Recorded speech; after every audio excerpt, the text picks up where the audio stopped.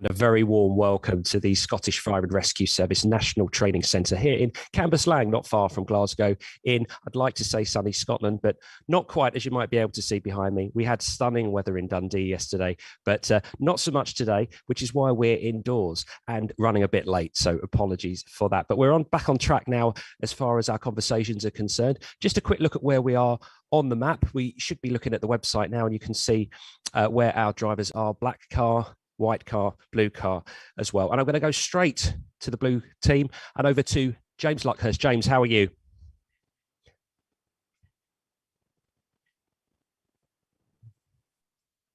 I'm very well, thank you, Neil. You talk about sunny Scotland. Well, this is soggy Swindon on a damp Tuesday morning. We're here at Weybridge at a check centre, which is run by the Driver and Vehicle Standards Agency, the DVSA, and Wiltshire Police here as well. The purpose of this is that we are looking at vehicles on the motorway that may have certain offences with them. And I'm just going to walk now towards a van that has just been brought in.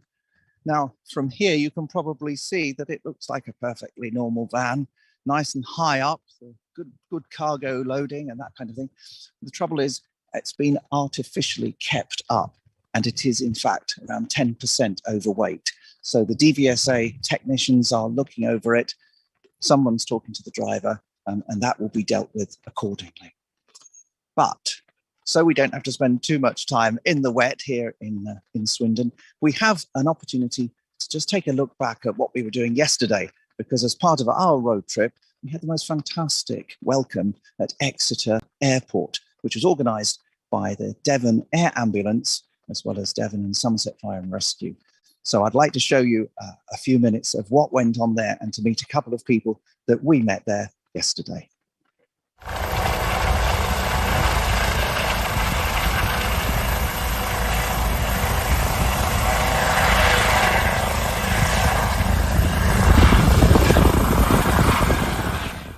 Thank you very much, Neil, and welcome to Exeter Airport for the Fire and Rescue Training Academy and the event they've put on as part of our road trip through Devon and towards Bristol and Wiltshire later today. With me is Daryl Riches. Now, Daryl, what brings you to this event?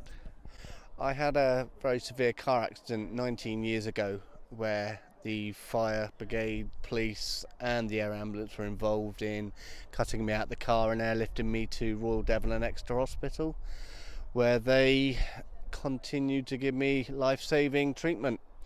I had broken every bone in my head, fractured my skull. My whole face now is titanium. They had to rebuild me. I was unconscious for two and a half weeks on life support machine. I had apparently a 20% chance to survive, which I'm still here, so I proved them all wrong. And it's been an ongoing battle for recovery since, and 19 years on, here I am, standing here, trying to support what I can, where I can. With us, what's your message for or any road users? I mean, you've been through what you have been through.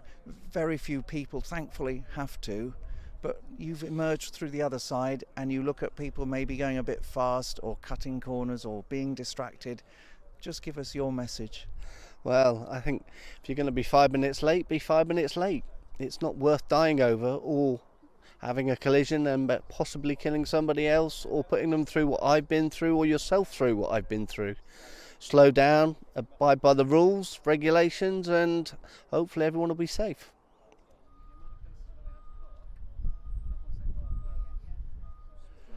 We're now in the company of Professor Tim Nutbeam from the Devon Air Ambulance.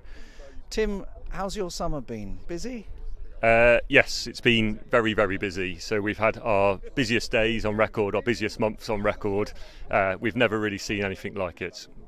And what proportion of the work that you do relates to road trauma? So within the network, within the major trauma network, road traffic collisions are our second most common cause of trauma and a very common cause of death. With the air ambulance, road traffic collisions are the third most common cause that we get called out for. Tim, are there basic things that we as members of the public could do that could assist somebody in potentially surviving a collision? Potentially, but I think it's important that you keep yourself safe, and roads are very dangerous places, as we've talked about. So it's important that any crash you approach with caution. Ideally that you wear a high-vis jacket, you keep yourself safe. If you've got gloves in your car, you might be more useful, and eye protection, but you need to make sure that you don't become a victim to this as well. And we do unfortunately see incidents where people have gone to help and then been involved in a further collision. So you need to take care of yourself. After that, it's about getting help. So you want to call 999, you want to describe the accident, how many people are involved, what their injuries might look like. And that's really useful information to make sure that people like ourselves, if required, are on the way to that scene. But the key is to identify, from our point of view, the patients who are the sickest and those patients who need immediate care, and make sure that we get the right services to them. Tim Nutbeam, thank you so much. And it's time now that we leave this very busy and well-organised scene at Exeter Airport. We're now going to be on our way up towards Taunton and then to Clevedon. So I'll hand back to Neil.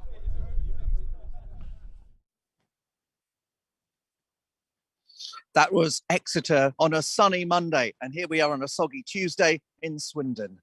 We're guests of the Driver Vehicle Standards Agency and Wiltshire Police. Let's go over now and find out what's going on the M4 motorway. And Alex Collins should have a little sign for us. Wow. No, we're not going to see. We're going to see this truck cab. It's National Highways working with Wiltshire Police in Operation Tramline. So we'll just go over and have a little chat to Alex. Alex, lovely day for being out on the motorway, I don't think. What's it been like so far? Yeah, a little bit soggy. It's not ideal, but hopefully I think in an hour or two it's going to be a bit drier, so it should be a little bit better, but we won't let it stop us going out anyway. The tramline's been going for some while now. Is it making an impact? A huge impact, because the truck drivers know that we're out there doing it. So they've, it's always going to be in the back of their minds that potentially this tractor unit is coming up alongside them, could be the police truck. And we come up alongside and obviously video anything that they could be doing inside the cab. So we mainly look at distraction offences.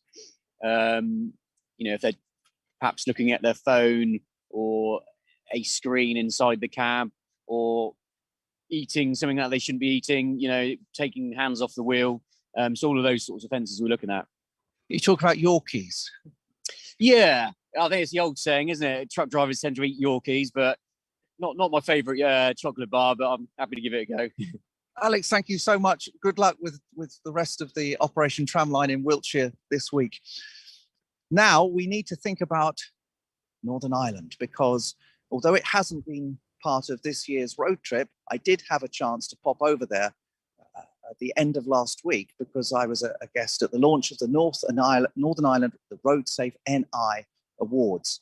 But before I went there, I had an opportunity to pop in to Glen Gormley St Mary's on the Hill Primary School, where I could catch up with some of the people there to find out about how they're taking to road safety.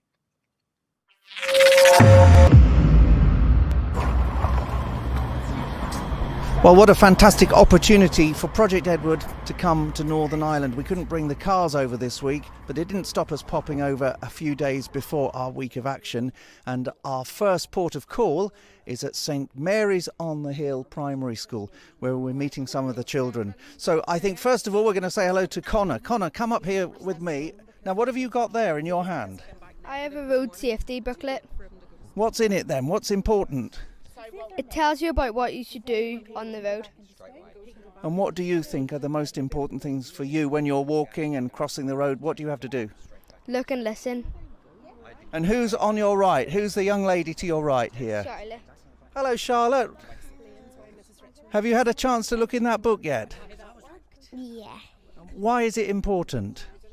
because it shows you how to cross the road. So who are you? Leo. Leo, tell me what's in your book then, and what do you like about it? My book's about road safety stuff, and how you should use road safety, and I like how there's fun activities and it's showing me how to be safe on the road. Are you good at cycling? Not really, I'm not that good on my bike. I don't really know how to ride without training wheels, but I'm learning at least. And last, you must be Neve. Yeah, Tell us about you, Neve. How do you get to school? I walk And how long does that take? about 2 minutes. Oh, that's pretty good. Do you feel safe when you walk to school? Yes. Now, okay, tell me this. Imagine there are some young children starting at school and their parents bringing them to school. What are the important things to think about when you're walking to school so you do it and stay safe? If you're crossing the road, look and listen. And if you're not, then just keep in. Well, away from the kids to the person who looks after a lot of them, Steve Carter. Hi. You are the reigning champion crossing patrol person in Northern Ireland. Tell me how you came to get that. Yes, true. I just do a lot of extra things around the crossing. I mean, it's my passion to make sure the kids are safe every single morning. I love seeing their faces every single morning, and obviously my main priority is to make sure they cross. And we've been putting extra measures into the crossing to make it a lot safer, with extra bollards and slowing the traffic down and extra signage. But this is fantastic to let the kids know how to learn how to road safety at a very young age. It's brilliant. What we'd love to hear is that you get collaboration and willingness to help from passing motorists. Is that generally the case? It very much is. Yeah, the parents are so much on board to making sure that the kids are going to school safe, and even if they're not parents, we try to make sure that they are. And again, it's been brilliant. Even if I have to ask someone to move up a little bit, they're so polite, and hopefully I'm very polite to asking them as well. So, but they are very much on board. So it's very good to get the parents and the teachers and everyone around the community to make sure it is safe around here. You have quite a personal connection with the school. Just talk us through what that is. Yes, 4 of my children. I've got 4 children, so my 4 children have all been here. I actually had all 4 of them here one year in P1, P2, P6 and P7. So that was my main objective, to make sure that they were safe, and that's actually where I got the position here, because I'm a single dad. My wife sadly passed away during childbirth, so I've been bringing up my children for the last 12 years, and the school has just been a support and the backbone of my life and my children's life. And again, one of those things is actually coming to school and making sure they're safe coming to school, and they still do it now. Even I said they're in secondary school now, so I still drum it into their heads to make sure they're safe crossing the roads, and they're brilliant. And then they actually pass it on to the other children as well, which is great. So there we go, from St Mary's on the Hill. Our next port of call, I believe, is to the launch of the Northern Ireland Road Safety Awards. So we're off there now. Thank you.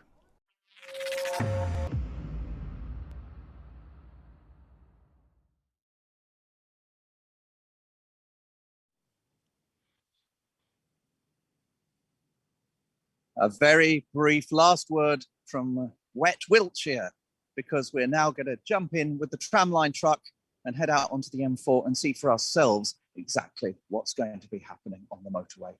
So from me, it's cheerio. I'll hand straight over to Cambuslang and to Neil Barrett. Thank you, James Luckhurst. Well, that was an interesting 10 minutes, a bit of a whistle-stop tour of what's going on there. Great video as well. Thanks, James. I'll let you get on your way. Well, yeah, as James says, we're here in Cambuslang at the Scottish Fire and Rescue Service headquarters on this mixed fortunes day when it comes to the weather. Joining me is Cameron Black from the UK Rescue Organisation. I'm going to ask you, Cameron, what is the UK Rescue Organisation? Well, the UK Rescue Organisation is an organisation made up of volunteers from both fire and medical personnel within the UK that come together to develop post-crash rescue response systems, and to train and prepare those personnel for road traffic collisions. And what kind of organisations, if you could maybe do me a little mini list of organisations that you work with? Yeah, well, I'm here representing 2 organisations today, the United Kingdom Rescue Organisation and the World Rescue Organisation. Both these organisations operate similarly. UK, obviously, within the United Kingdom, and the World Rescue Organisation around the world. And we have partners in Luxembourg, France, Germany, Ireland, America, South America, Australia, all over the world. And they all do some very similar to what you'll see in the UK challenge later on this week. I was going to ask about that. Tell me more about this challenge. Okay, it brings together rescue workers from around the UK, again, medical and fire and rescue personnel, to challenge themselves at how to deal with road traffic collisions. Now, that's extremely important because what it does do is it prepares them for the real thing. And the real thing is something that will save lives. And that's what we're all here for. And that post-crash response, of course, one of those 5 pillars of the safe system. Now, social media has been keeping us busy. It's been keeping us on our toes for the last 24 hours. I've seen quite an explosion in the amount of organisations that have been tweeting. But it's not just about Twitter. And to tell us more about that, I'm going to hand you over into our nerve centre now. And we go over to Neil Jewson-Smith. Neil, how are you? Good morning, Neil. Very well, thank you. The operations centre busy again this morning, looking at everything that's going on. We would start this morning just by saying that, give the competitions a very quick plug in the fact that we drew the weekly competition from last night. 2 winners, Andrew from the West Midlands and Dickon from Oxfordshire, both won their Next-based dash cams and SD cards. And don't forget, there are daily competitions running this week, along with the Fact Hunt competition that Neil mentioned yesterday. So don't forget to get involved and join those competitions and your chance to win. As far as social media is concerned, we're looking at Twitter again this morning. We've just put the statistics up on the screen there from this morning. We took a screenshot. We started at 18.5 million yesterday, and this morning we're at 25.5 million. So in the 24-hour period, we've had about 7 million impressions for Project Edward on Twitter, which is an amazing result for a 24-hour period. We're really pleased with that. Thank you to everybody that's involved. We also ran yesterday what we called the tweet of the day. We took some of the tweets from the timeline that we have, and we selected tweets from the Devon Air Ambulance, Blue Light Aware, Wayne Rawlins, Damien Cameron, the Northumbria Police Road Safety, Somerset Road Safety, Traffic Scotland and South Yorkshire Police Operations as our favourite tweets of the day. And then the road trip teams have reviewed those overnight and come up with their most favourite. And we're very pleased to say that South Yorkshire Police, there on the screen, won the tweet of the day for Project Edward Day 1. The team particularly liked it because it was focusing on the safety of horses and horse riders while they're out on roads, and particularly rural roads. And South Yorkshire Police were out with Barnsley West Neighbourhood Policing Team looking at horse safety on the road. So we liked that one. Congratulations to them. They won tweet of the day for Monday. Whilst we're on that screen, we can also show a little photograph of our founder, James Luckhurst. We've invited some captions for this one on Twitter. We don't quite know what he was up to, but you tell us what you think. But he's there on a very small looking traditional police panda car. The only other thing that we want to highlight this morning really is something that has been really apparent from the guys out in Wiltshire and from Neil there in Cambuslang, is that the weather today is not good at all.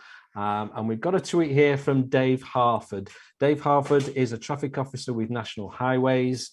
And it's a very topical tweet for him this morning, just showing that the weather is awful and that visibility is seriously affected for a lot of people, especially on the motorways. And if you have a look at the image of this shed there, he's making a big point, which is a very valid one, about the correct lighting on your vehicle in conditions like this, and specifically not running on daytime running lights only, where sometimes you don't have real lights on at all. So worth a look. But other than that, it's been a very busy morning. Lots of posts going out on Facebook, lots of interaction on LinkedIn as well, which is good. And of course, we're on Instagram putting content out there as well. So keep posting, keep sharing. Thank you very much for supporting us at Project Edward. And Neil, hopefully it's back to you in Cambuslang and Glasgow. Thank you, Neil. And I think it's fair to say it is still a great British obsession, this weather, isn't it? Oh, absolutely. Indeed. Okay, well, we're talking here at the Scottish Fire and Rescue Service headquarters. We're talking about post-crash response. And with me is Mark McBride, crew commander on this side of here at Scottish, the SFRS. And very basic question, what is a crew commander? A crew commander, I'm in charge of the fire engine when we first turn out to any number of incidents. I'm responsible for my crew and the members of the public. And talk me through the basics of when you first get there on scene. I know every incident's different, but what are the key things that sort of apply to every incident? What you do first? What are your priorities? Well, first of all, it's you survey the scene. You're looking for any casualties that's going to be involved. You're looking for any hazards that's going to affect the crew. So you just take it from there. You just see what casualties need assistance and any incidents that need taken care of. And when it turns, a lot of these incidents are sort of multi-agency incidents. You've got the police there. You may have whichever highways agency are involved as well. How does that work in terms of the partnership? I'm sure everyone's got their own roles and they know what they're doing, but how does that get coordinated? Well, it's always good when you turn up at another incident and you've got other members of the services there that can help you, because you can take information off them, you can take guidance off them, and we can share information with them. And just between whatever organisations are there, we come to an understanding of what way we're going to go forward with that incident. Thank you. That's Mark McBride there from the SFRS. Now, to follow we've got some news actually of quite an exciting event that's come forum, and to tell you more,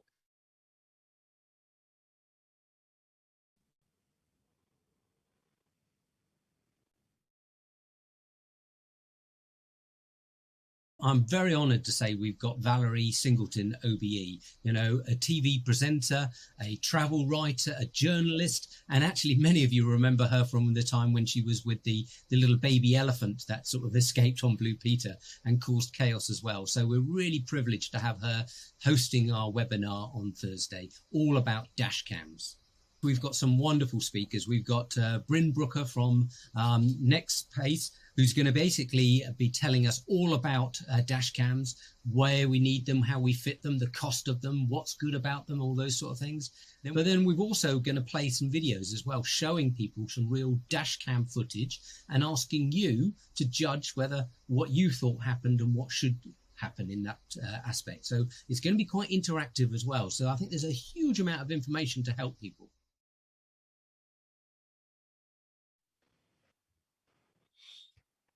I have Tommy Kay with me from the Scottish Fire and Rescue Service. Now, we were talking earlier, we said you're in charge. What are you in charge of and what do you do? I'm a group commander for prevention and protection, and I'm based in Dumfries and Galloway. When I'm mobilised to an incident, I'm there as the incident commander. And how many incidents do you get involved in? Obviously, you're not going to be at every one. You take this sort of overview. Difficult to put a percentage on, I know, but what kind of incidents? Give us a feel for the kind of incidents you'd be at. So for myself, I'm at any incident where there's 6 fire engines or more, or where there's life risk. Yeah. So and you define life risk as, you know, something that's serious incident that's going to potentially, and I guess the thresholds are different for different incidents, potentially could cause that risk. Absolutely. The different thresholds obviously change at all different times. There is times where if I'm the closest, I'll mobilise, obviously, so that we are getting a quick response, because ultimately it is about the people in the communities, not necessarily about ourselves. And how do you keep, just a personal thing, how do you keep your knowledge up to date? You're not at every instance, you're back at base some of the time, back in Dumfries and Galloway. What's available to people like yourself to keep up to date with the latest technology, the latest techniques, the latest policies? So for ourselves, we have got a rolling training programme, and we make sure that we do, if you want, our online assessments. We also take part in multi-agency exercising, and also we look at the incidents we attend and we take any learning from that and make sure that's cascaded to the crews. Brilliant. And finally, what would you say is the biggest innovation in terms of either technology or technique, the biggest one innovation that's come through in post-crash response that's giving you the ability to make a better response? I think it's about the training, working with our partner agencies, making sure that we understand each other's roles and responsibilities, so that when we do get there, that we're able to deal with it safely, effectively, and ultimately protect those people who are at their most vulnerable. Makes perfect sense to me. Tommy Kay, thank you very much for joining us. I want to find out what Simon's up to now. I'm going to play you 2 videos where you're going to hear from Simon's travels over the last day. I'm here with Paul Clark, who's a station commander for Cambridgeshire Fire and Rescue Service and also the road safety lead. Now, traditionally, fire services play a really important role in safer roads partnerships around the country. How are you involved in the local Cambridgeshire and Peterborough partnership, and what have you got going on here today? Well, you're absolutely right. The Fire and Rescue Service does play an important role in anything that's going to be road safety related. With regards to the work streams in Vision Zero, we're actually responsible for safer vehicles. We've got a number of resources with us today. We have colleagues from Hertfordshire with us who've brought up their fire bike, but also the local crew from Ely Fire Station are here with the blind spot mats. So it's really just an opportunity to engage with the public so they can understand how difficult it is for drivers of heavy goods vehicles to see people on the roads. And that's really what we're focusing on today. But what I would just say is that the Vision Zero partnership is a really... Oh, would you believe that? Mind you though, that might be the place to stop, because I went on... Right, okay. I'm here with Tim Helstrip from Peterborough Advanced Motorcyclists. Tim, why are you involved in the Vision Zero project here? Road safety is a very important aspect of advanced motorcycling, and we teach the Institute of Advanced Motorists a Road Smart Advanced program. The research shows that advanced training has a direct impact on reducing motorcycle accidents, because motorcyclists are the most vulnerable road user group on the roads today. Fantastic. That's what we need. Brilliant. Thanks very much to Simon for updating us on his travels there. Now, funnily enough, just while we were conducting that last interview with Tommy, you may have heard a phone in the background. We thought that was maybe you off to an incident there. So this is a live centre. Anything can happen. We're going to be tweeting some pictures and some videos later. There's obviously simulation environments here. There's a road environment, motorway environment. There's train as well. There's obviously buildings and town centres, that sort of thing. So we've got some videos and pictures to come from there. We've presented the team with a certificate of appreciation about an hour ago, just to show our thanks for them hosting us here, because it is a big operation, and there was actually a live incident on their mock-up train track environment going on, and we've kind of managed to fit around that. So just to say, we are very grateful for you hosting us here. Just a couple of things to mention. First of all, the podcast. Now, we mention this every time. There's 8 episodes to listen to, and there are key conversations with key people, and the key people in road safety from across the country, different disciplines, not just the emergency services, but other people with an interest in road safety as well. So if you get the chance to have a listen, if you search for the Project Edward podcast on Spotify, on Apple Podcasts, Google Podcasts, or you can download and listen on our website. We've got a live player on there as well. So do that. Competitions, I think, have already been mentioned by Neil, but you can enter 2 different competitions. That we're now on to daily draws for the next Base Dash Cam. If you spin the tyre, answer some questions about road safety and enter that way, or you can still go on a fact hunt. Now, as I said yesterday, it's more involved because you've got to go and find out information, but we tell you where that information is. And as I said yesterday, my guess is there's going to be fewer people entering that competition. So can't guarantee it, but I think your chances might be a bit higher on that one. So nothing to stop you entering both of those. So go for it if you can. They're both on the Project Edward website. Scroll halfway down the homepage and you've got Spin the Tyre, and straight underneath that, you can go on the fact hunt. I think it's time for a final social media update. So let's go over to the Nerve Centre. And Neil, what have you got for us? Thanks, Neil. Just been having a quick scroll through the feeds while you've been talking there. One thing that was interesting that we didn't mention before, that we've actually had over 4,000 tweets now with the Project Edward hashtag from over 1,000 contributors, which is just amazing.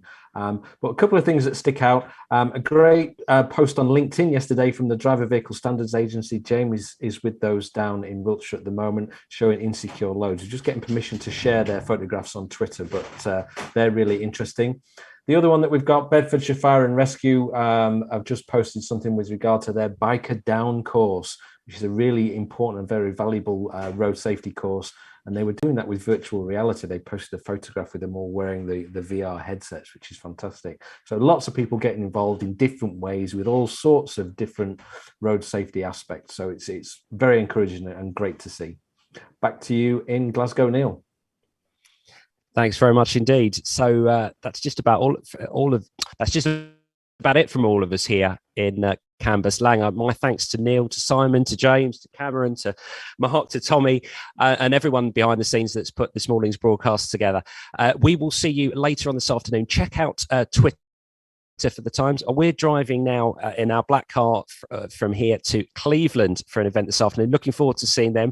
Lots of turnout there, we hope. Fingers crossed for the weather there. Join us then. In the meantime, keep up with the conversation with the hashtag Project Edward on all of our social channels, and keep in touch with us via the website too. As I say, it's been a great pleasure this morning being here at the Scottish Fire and Rescue Service, and we'll see you this afternoon. From all of us here, goodbye.